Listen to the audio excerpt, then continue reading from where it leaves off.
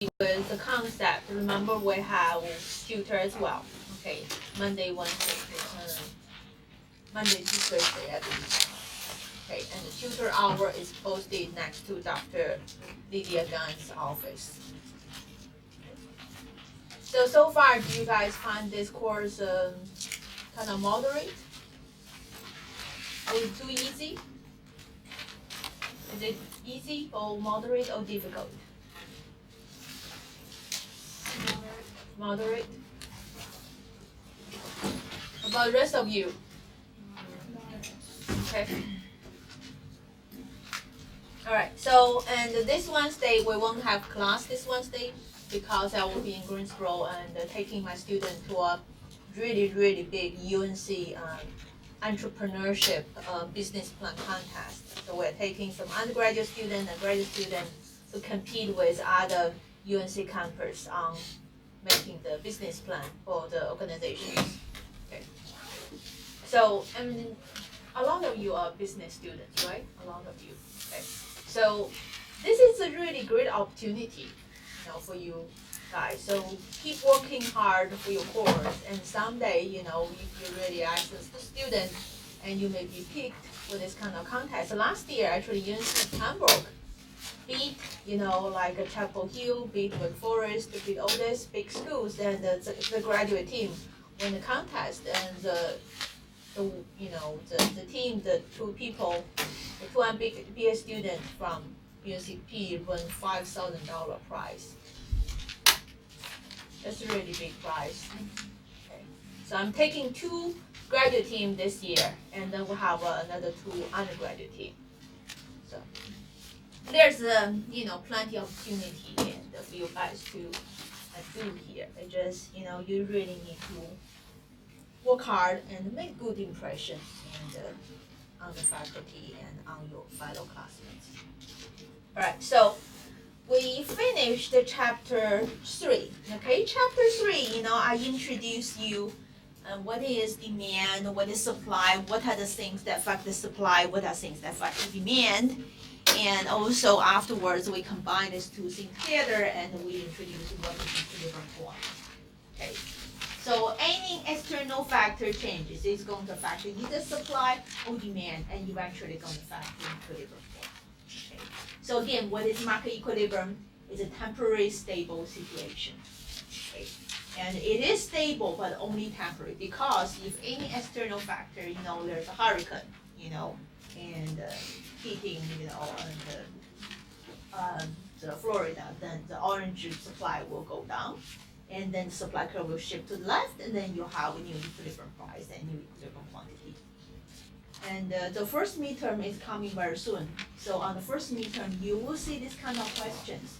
I will describe the situation to you, and I want you to use the graph to describe the situation. Okay? And we're going to talk more later on.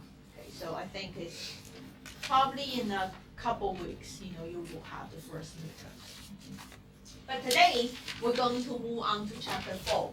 Chapter 4 also talk about the supply and demand, okay, but it's go a little bit further. So now you already know what is the basic supply and demand model. Now we want to talk about something else. Okay. So in the last class, we talked about market equilibrium. Okay. It's a very straightforward concept.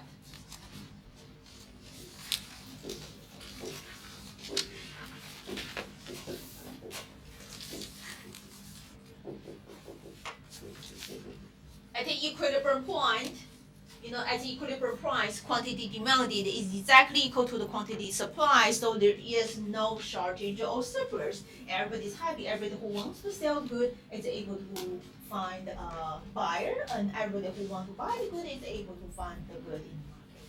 So everybody's happy. It's clear. Okay. So when we talk about this model, this situation, there was no third party. There was no any intervention from the third party. So today we're going to talk about what if this market equilibrium is not very satisfactory, and I'm seeing the gas price is going up again. You guys see that? is going up another 10 cents, 50 cents, around the fair value. What if the gas price, goes up to $4? Is that good news for the consumers? It's horrible news. Even though it is market equilibrium, but it can be a very bad situation. So sometimes, if we leave the market alone, the price may not be very satisfactory.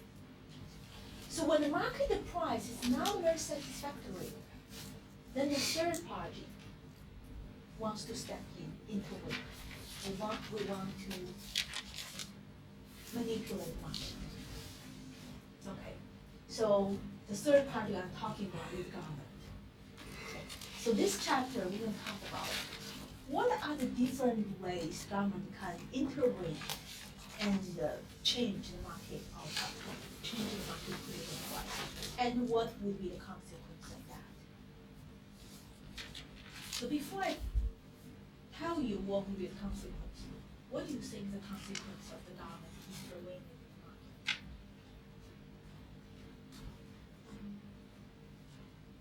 Different rules and regulations.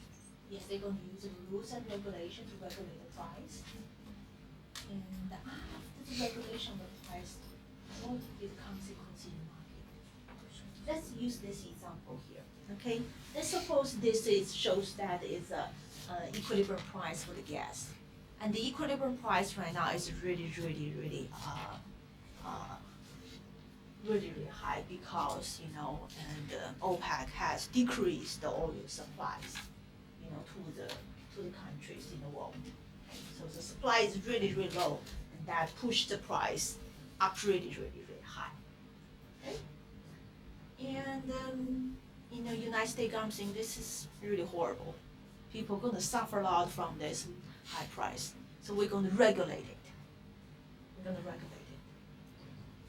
So instead of having the market equilibrium price, the government says, okay, the oil price in the United States domestically cannot be higher than this one.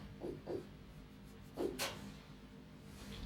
the government regulates it. This is the highest price that we're going to have. You can charge.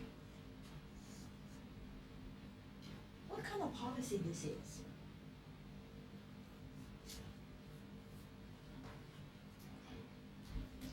So the government put a cap, right, on the maximum of the oil price you can charge.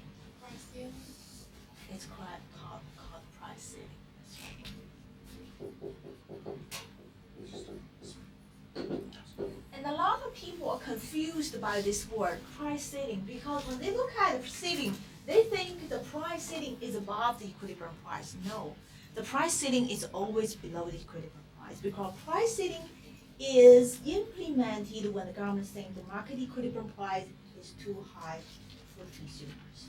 So it's always set below the equilibrium price. Okay. So this is one way that government can affect the market directly. This is a direct way of affecting the market.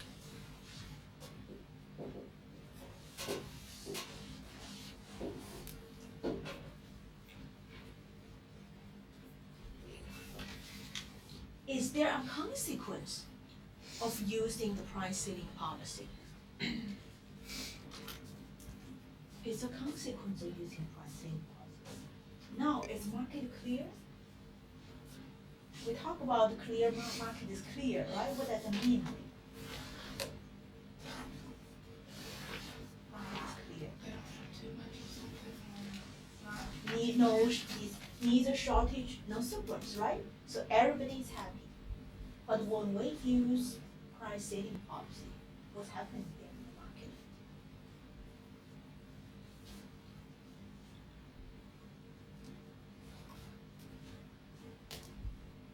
What's happening here?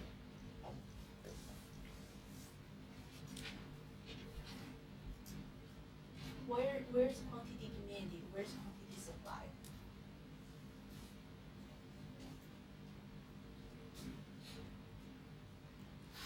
Where's the quantity demanded? Where's the quantity supply?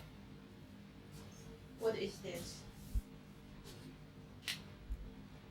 What is this here? Huh? Quantity supplied. And what is this? Quantity demand, right? So we have shortage or surplus? We have shortage, right? Quantity demand is greater than the quantity supply. Okay, so that is a consequence of price setting. So when the price setting is implemented, you're going to have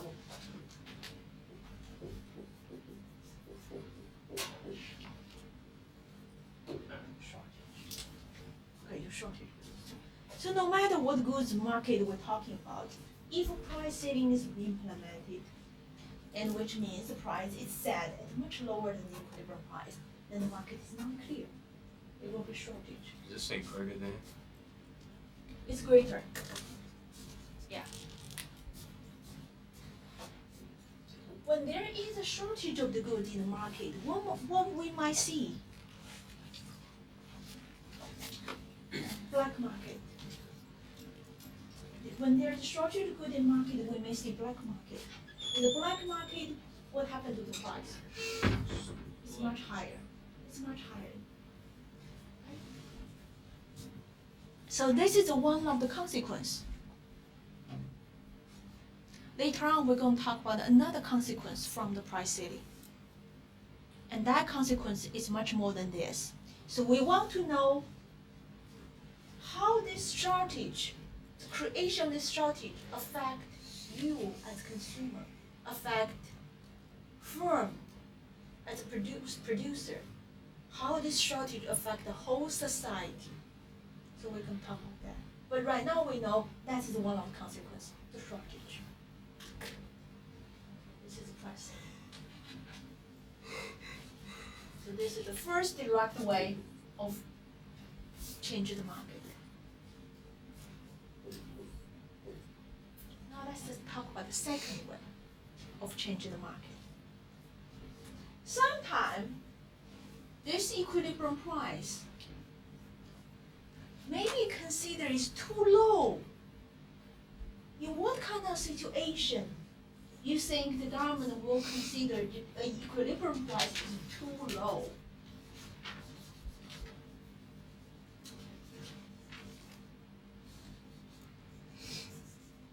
Can you think about the situation that the equilibrium price of some good or service is too low?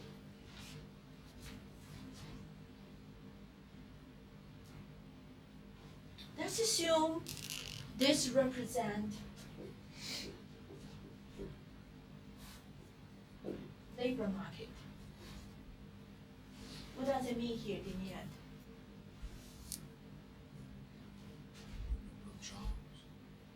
This demand here represents you guys. No, I'm sorry.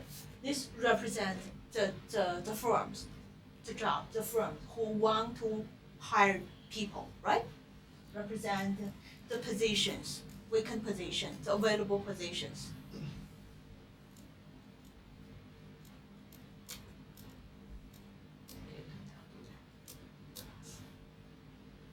This is just does not look very good in the classroom. Okay. Okay. So this represents the firm who are supplying the position, providing the vacant positions, and for the. If you don't understand why I think that is inappropriate, come talk to me after class. Okay. This is in videotape, this class. And it does not affect me, it affects your image as a student. Okay, so this shows the demand for labor, okay, how many positions available, okay? And this shows what? This shows you, because you are the one who's going to provide labor to the market. So this shows you, okay? So this shows the firms who have position open. And I want to ask you, what does this mean here? The price of labor market, what does it mean? What What is the price of labor market? The wages. Wages. The wage. The price of labor is wage. Okay? So when do you think the government think this is can be too low?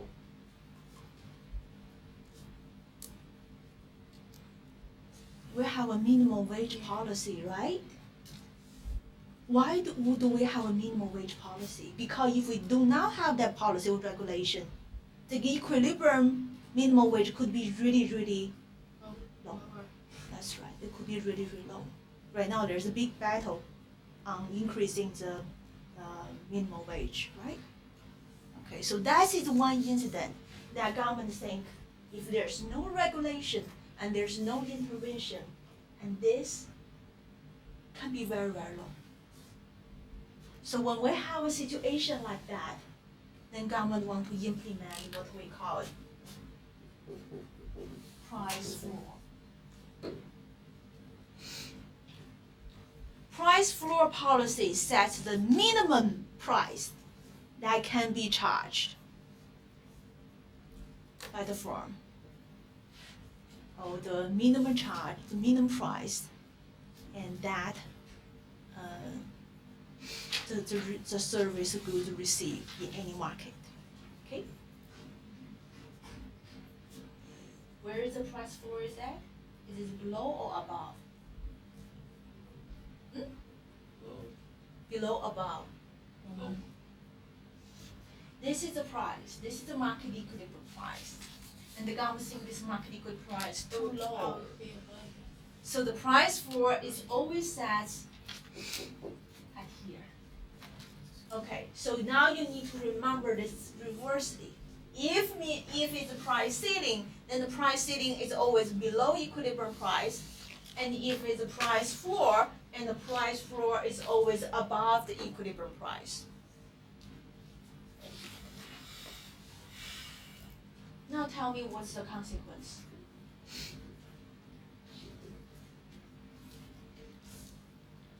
What is the consequence of this now? What is this? Quantity demanded, this is quantity supplied, right? So if this represent the labor market, and what does this imply? What does this indicate? It's a surplus of labor, and what does it mean? And what is, there is a name for that? There's too many workers who want to find a job but could not find it. What do we call that? Unemployment. Right? Unemployment. Yes. Great. Okay. So if we have a price floor, you're going to have a surplus. Okay. So quantity demanded is less than the quantity supplied.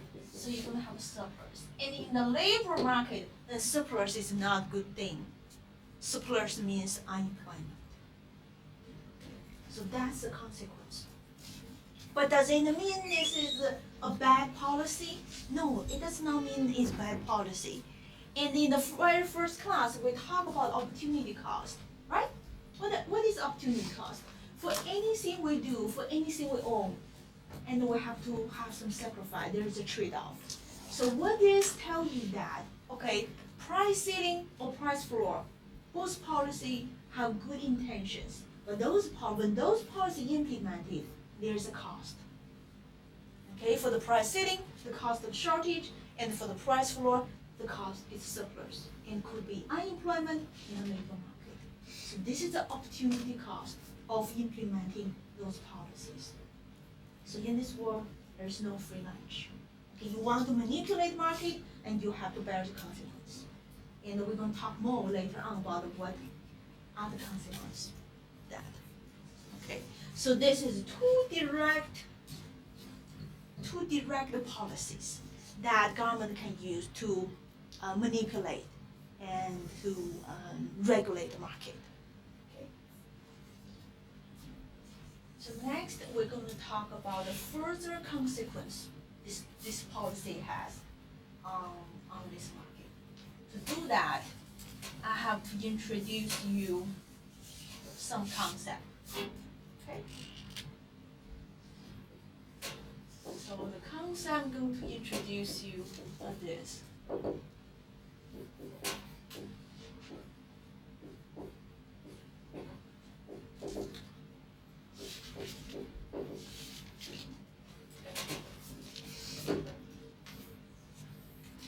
Consumer surplus, producer surplus, and social welfare. What is consumer surplus, producer surplus, social welfare? Okay, give you an example you will know. Suppose I bring a painting for sale. Okay? And I say this painting, I'm going to sell this painting at $50. And you look at this painting, you really liked it. Actually, if I did not tell you its price, you're thinking, I'm willing to pay $100 for it. Okay? And then you look at it, you say, I don't like this painting. The maximum price that I'm willing to pay is $20. And then you look at this, you say, I'm willing to pay $60 for this. Okay? So if we just have, three of you in this market, who's going to buy this painting if I sell at $50? You, right? You two can buy. Because both you guys value this good more than the market price, right? Okay. So you value this good at $100, and I'm selling you at $50, if that's your house, a lot of things. And what is your gain by having this painting? You value it at $100 and you paid $50 for it. What do I gain? Yeah, what's your gain? Satisfaction of having. Uh-huh. And you're willing to pay $100, but you only pay $50. So you have a surplus there, right? So that is your surplus from this consumption. Good. How about you? If you buy this painting, what is your surplus? $10. If we have some people, more people, actually whose valuation above $50, then all those people will buy, and all those people will have a surplus, right? And I add up all those people's surplus, and we call that as consumer surplus in this particular market. So consumer surplus is the sum of everyone's surplus who participated in this market. Joshua did not participate, he did not buy, so he did not get surplus. But you two participated in the market, bought good, and there's a difference between you willing to pay and the market price, then you both gain some surplus. So that is what consumer surplus is. It is the sum of everyone's gain in this market for the people who participate. Those concepts are very important here. Okay. And we're about to see some really technical aspect of this chapter here.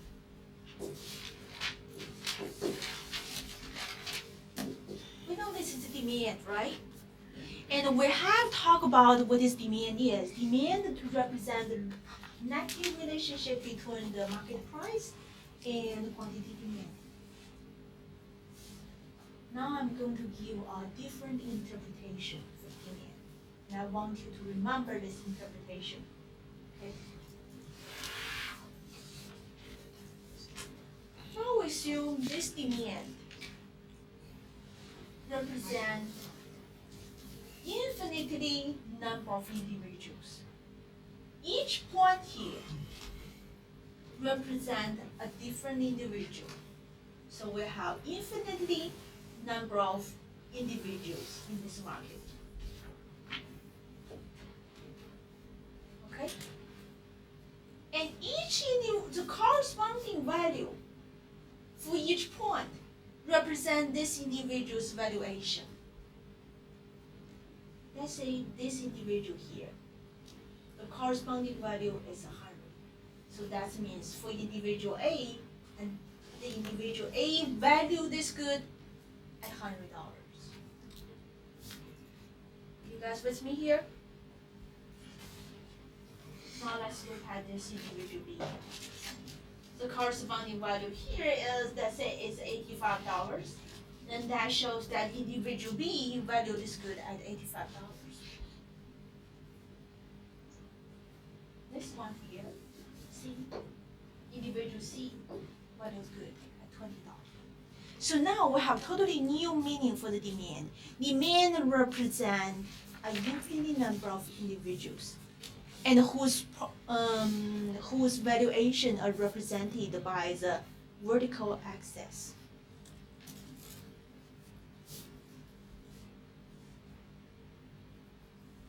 Now I'm going to tell you the market price.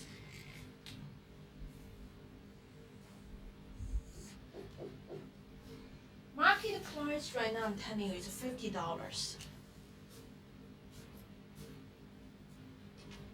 We have infinite number of individuals there. Who was the one going to participate in this market?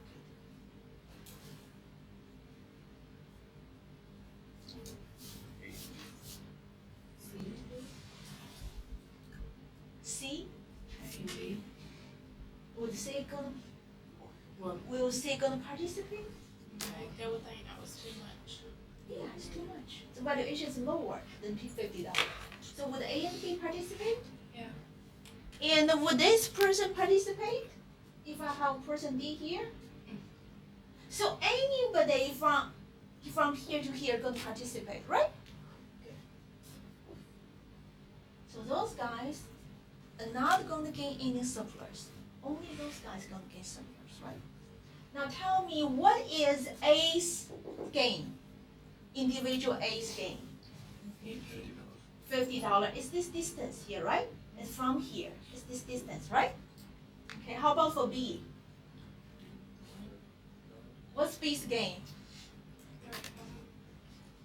It's $35, right? It's the difference between here and here, right?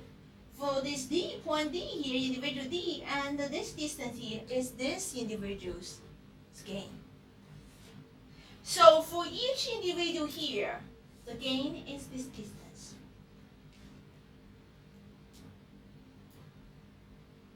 And if we want to add up all these gains, which means add up all this distance, it is what? If we want to add up all these gains, it's just this area.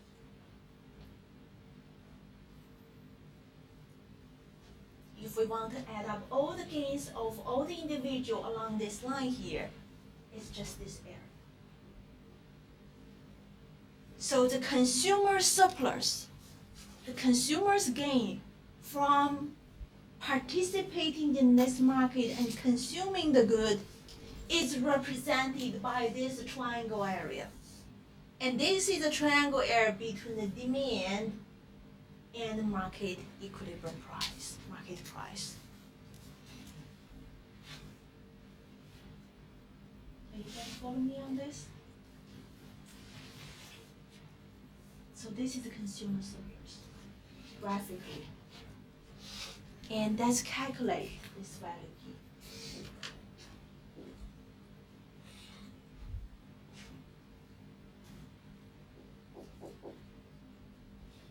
Now I give you some numbers.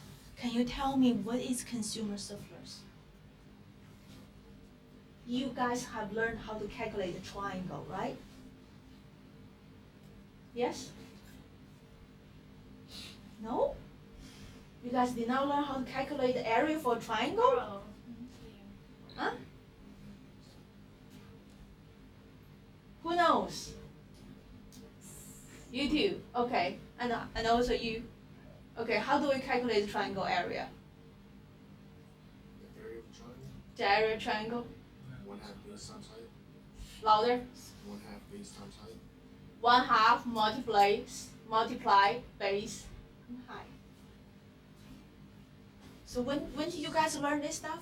Like freshman year in high school. The first year in high school, right? Yeah. Okay. You guys all forgot. Okay. Yeah, it was. Okay. This is base and this is a height. You use the distance of the base, multiply this distance of height, then you divide by 2. Okay? So now you know. How about the rectangle? Like times what? How about rectangle? Huh? Length times width. Just base multiply height, right? You don't have to divide by 2 anymore. That's like 10 on the. This is 10. Okay. So now what is the base here? Can you tell me what's the base value? What's the distance from here to here? It's 10, right? So we have base is 10. And we have the height is equal to what? Is the distance from here to here? What's the distance from here? It's equal to 70. 120 minus 50. So it's 70. Then we divide by 2, which is equal to 350. So this is consumer surplus in this market. Consumers gain. Consumers gain. You guys gain.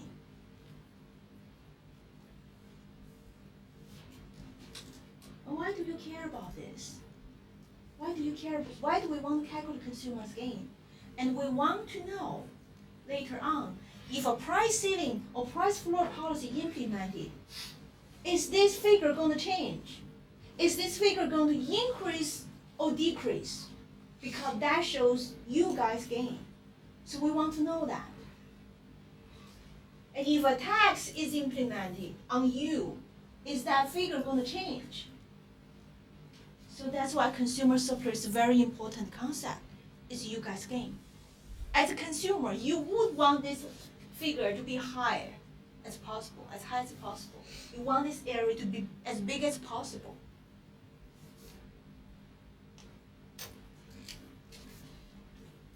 So any question on this? Consumer surplus, and how do we calculate consumer surplus given the demand and market equilibrium price? Would that be dollars? Yes, would this 350 would be a dollar value? Yes, that's a good question.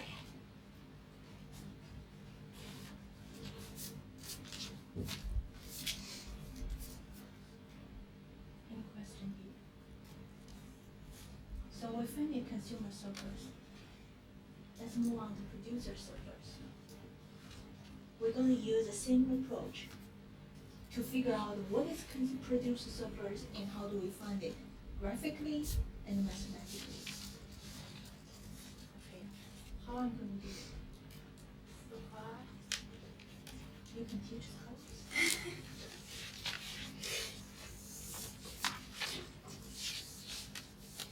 So now I'm going to draw the supply. Okay, and we're going to use supply curve to determine the producer surplus. Okay, remember when I define the consumer surplus, I give a totally new interpretation for the demand.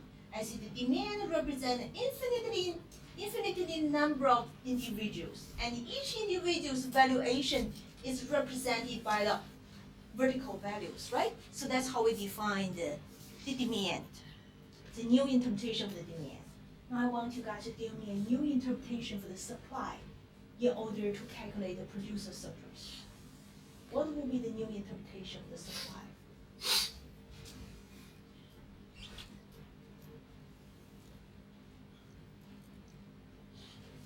Now what each point of supply curve represent? Huh? How much of the good that's there? Pretty good. Quantity? Well, think about how do we define the point here. I define each point here represent an individual, different person, different consumer.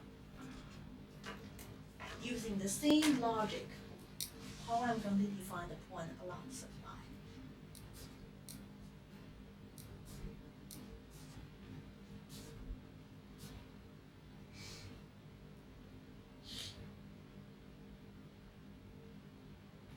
How we're going to define the point on supply. If the point along the demand represent each individual consumers, what do you think the point along supply curve represent? Individual producers, individual farms. So now we have infinite number of individual forms. So this is form A, this is form B, and this is form C. Now each individual forms. How about the corresponding value along the vertical axis? What does that represent? For this case, this value here represents each individual's valuation, how much they value this good, right? Now what does this value represent here? This value good? Huh? Very close. Very close. It's related to the price. Now we're talking about producer. That value represents the cost of producing the good. So the minimum price they have to sell at. Okay? Okay. So for the form A, if this value is $100, that means for form A, the cost of producing a unit good is this much.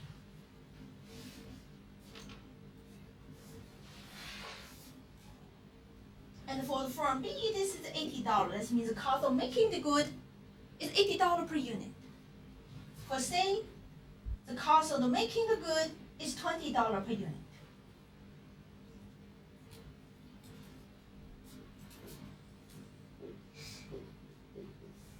Now, I'm going to give you the market price again. Again, the market price is $50. Should the firm A and B produce the good and sell the good at the market?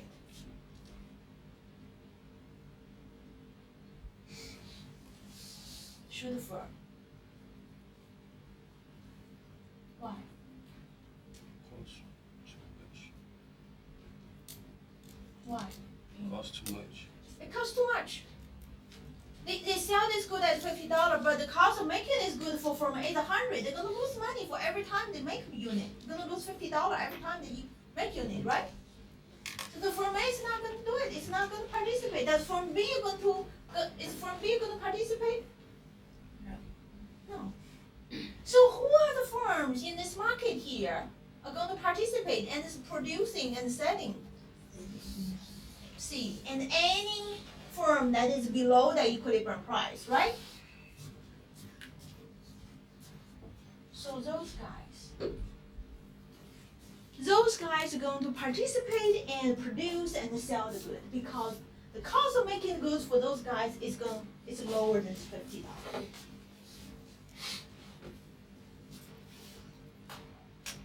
Okay, so now we know that. Okay, look at what we did for the demand. The next thing we talk about is how do we compute the consumer surplus? We find each individual surplus and we add them together. Now we want to find the producer surplus, which means we want to find each individual's producer surplus, then we add them together. What is the firm C's surplus? Look at the firm C. What's the firm C's surplus? 20. What's that $20 represent? How much it costs to produce? How much it costs to produce? Then what's the surplus? Right. How do we find what do we mean by surplus? They can sell this good at $100, at $50, and then you're right. So we can sell the good at $50, then the cost of making is 20, so the difference is $50, right? So that's firm C's surplus. So it's a difference between this point C and this. And for this form, this is surplus. For this form, this surplus.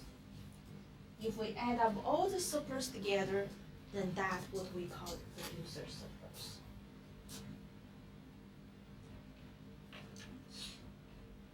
What is producer surplus? What does producer surplus mean? Is there another name for it?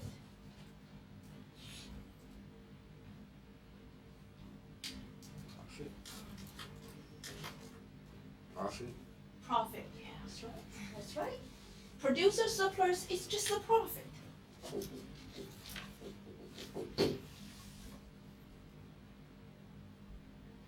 So now you know this area here represent the profit made by all the firms who participate in this market. Okay. So now you understand what is consumer surplus for the producer surplus. If in this market we only have these two sets of participants, consumers and producers, the government does not intervene. Okay? If we do not have the third party gain anything, just these two sets of the participants, then the sum of consumer surplus and producer surplus is the total social welfare in this society. Generated from this market.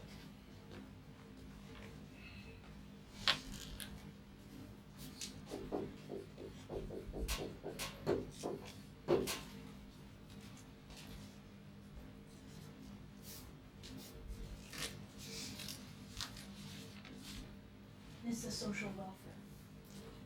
We hear this word welfare a lot, but it really is different. The meaning of this social welfare is different from when you talk about, the welfare in other situations in other. This social welfare means the gain that is generated from a market phenomenon. Okay, and if you as a policymaker and you run the country, and your goal is to have the highest gain as possible for the society, then what you want to do is increase the social welfare. So the social welfare is a very important concept. And also, there is another concept that is linked to that.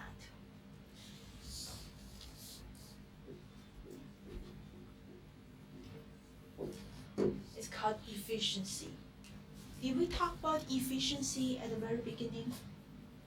Okay, anybody remind me what is efficiency we talked about? What is efficiency? What is efficiency?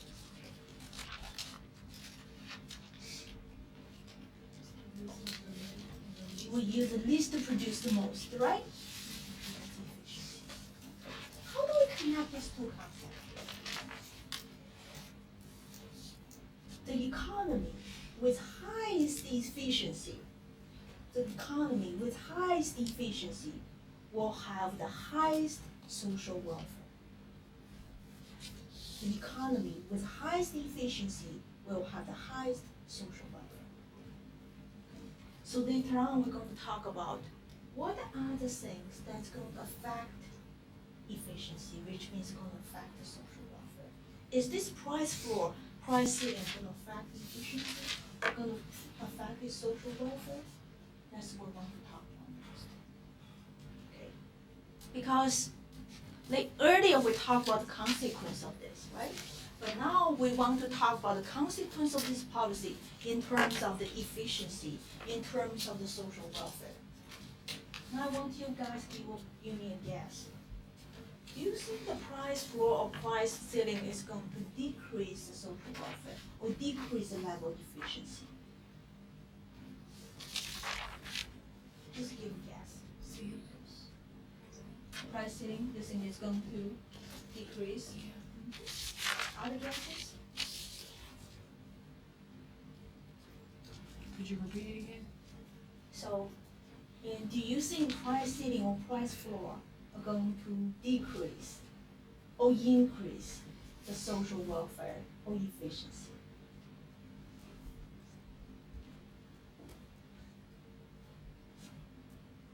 I want you guys to think about yourself first before I talk to you about it.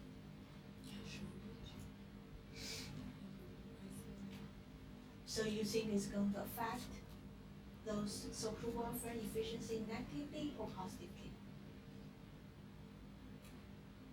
It's gonna increase. So I think it's gonna increase. the social welfare will increase. Okay, so now we have opposite view, right? She thinks it's going to decrease, and you think it's going to increase. Other views? Okay, good. We have two different views, and now we're going to analyze each different those policies, see how the social welfare is really effective. Okay, then we can gain some insight about it. Okay.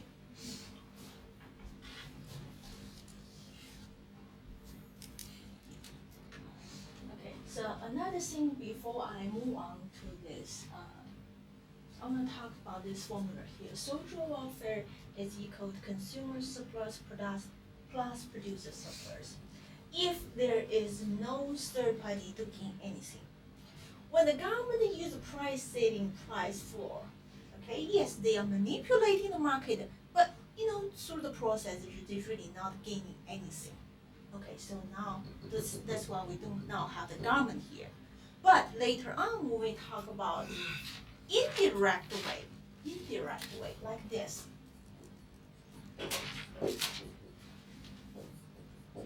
Tax policy, tariff. Then does government gain things? Yes. Then in that situation, we will have to add the government's gain into this formula. Then that means the social welfare is included gain from all three parties. But right now for the price setting price floor, the government does not gain anything, so the social welfare is just the sum of these two. Okay? Is everybody clear? So social welfare is the gain of the whole society. Okay? And we wanted it really, really big. We want it bigger. When we want it really the highest, that means we want efficiency the highest. Because these two concepts actually, they're different names, but they are equivalent in meaning. They're equivalent. If we say we have the highest efficient, we have the economy with the highest efficiency, then that means that the economy generates the highest social welfare. So now let's talk about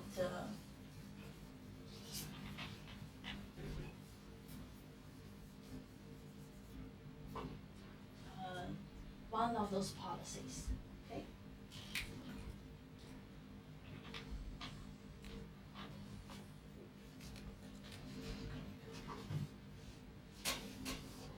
Here is this here.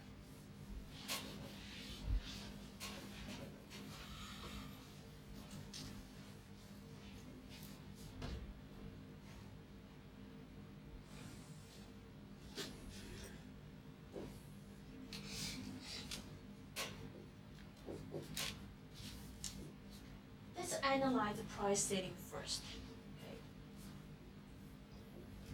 Okay. Without price setting, this is equilibrium price, this is equilibrium quantity. Since we already talked about consumer surplus, producer surplus, social welfare, now I want you to tell me graphically which area represent consumer surplus, producer surplus, and social welfare when there's no price setting policy implemented.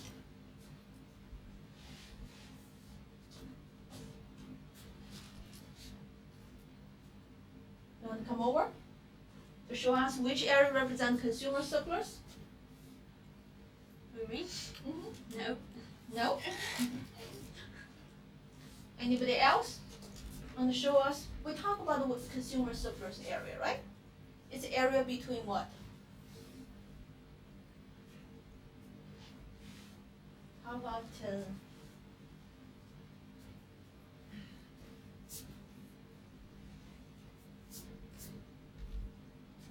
you want to come over? Do you want to sit there? Maybe wake you up a little bit?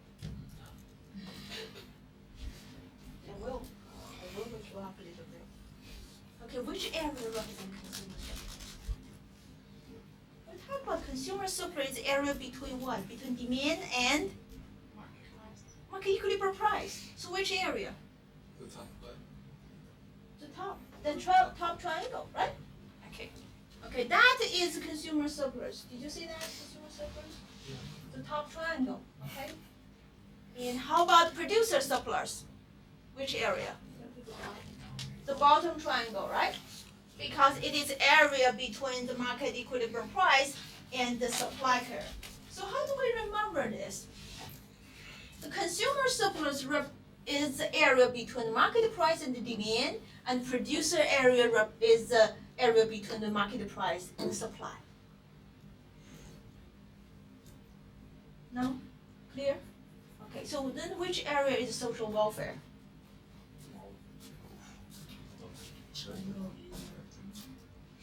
Both together, that's social welfare. Okay, so if there is no government intervention, this whole thing represents the social welfare, the amount of social welfare generated.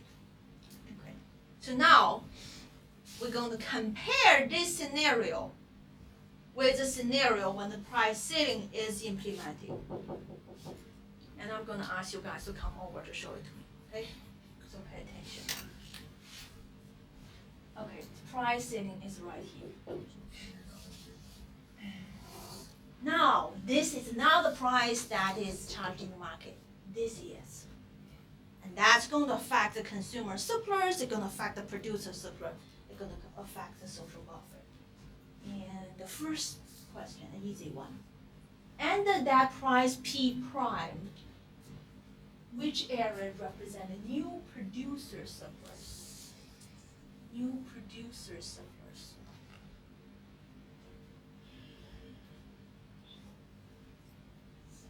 New producer surplus, Joshua. Not really off Maybe here. No. Maybe I should bring some jokes to you guys, to wake you up a little bit. Please. I will, You will? but then you don't have excuse to be sleepy in this class. Okay, this is a like a contract. Okay, I bring the joke, and you guys pay attention. Okay. So which is the new area represent the producer surplus? Let me repeat this again. Producer surplus is the area between the market price and the supply curve.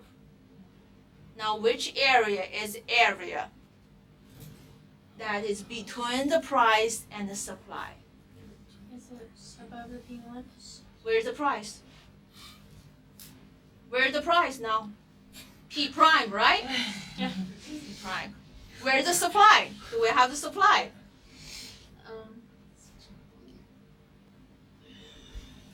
What?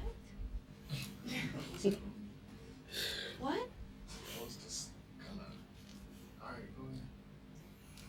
If I don't, okay, I want to tell you something. I can stand there, just teach and just talk, don't care anything about you guys, and you will fail the exam, you will fail the course. That will not affect me a bit.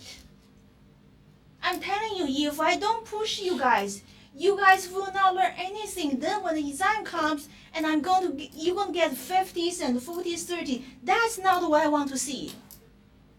I want you to pass this class. I want you to do even better. Get B or A. That's why I'm doing it. I don't have to push your work at all. I can care less.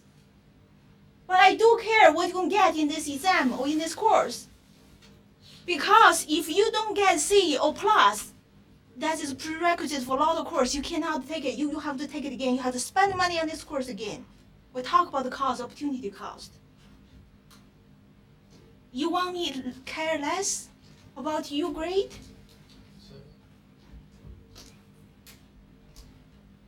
You may not find every faculty care about your grade.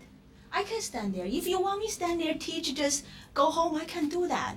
And you know what? I probably feel less stressed.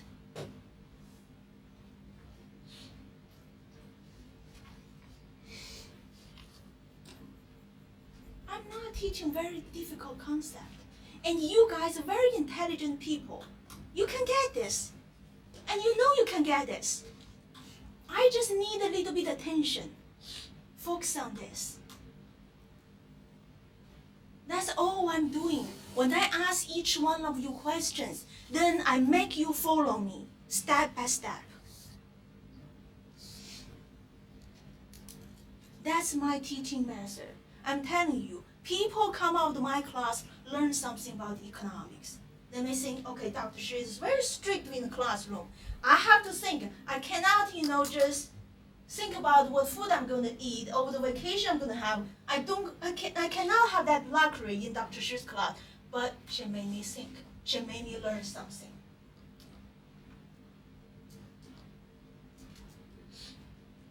I want to tell you, that's why I do this.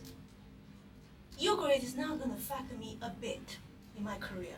I already got tenure. I'm associate professor here. I don't have to do this. But I paid extra effort to make you learn.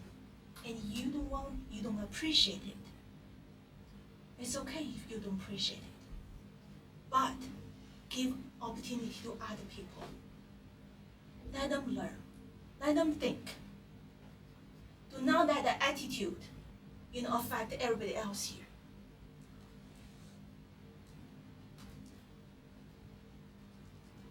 Every time I'm here, you can tell I'm full of passion for economics and for your learning, for teaching. Okay. And I want you to feel this passion, and I want you to be affected by this passion and learn something. You here, you spend money here, you spend time, you sitting here. You want to just take home nothing. It's not really. This is helping. Okay, this is helping. At the first class, I mentioned I want interaction. Why do I want interaction? Because when you talk, you think, you learn.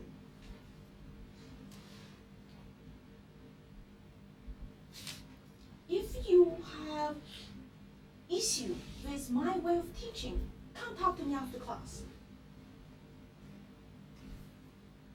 If you do, come talk to me after class.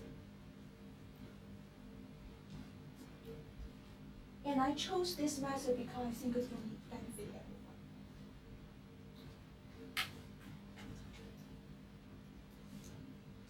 everyone. And I don't want you to think about what I said today. Okay?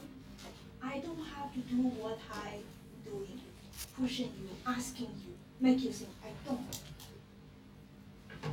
Do you know how much effort to say these things? Because I'm very emotional. Emotional because I care. But then when I see someone do not appreciate this genuine care, it's very, very, very bothersome. Okay, I'm going to stop here, but I don't want you to think, if you want to talk to me after class. Please do not let that attitude to spread out in the classroom. We have class Friday, right? We do have class on Friday. Okay, no class on Wednesday.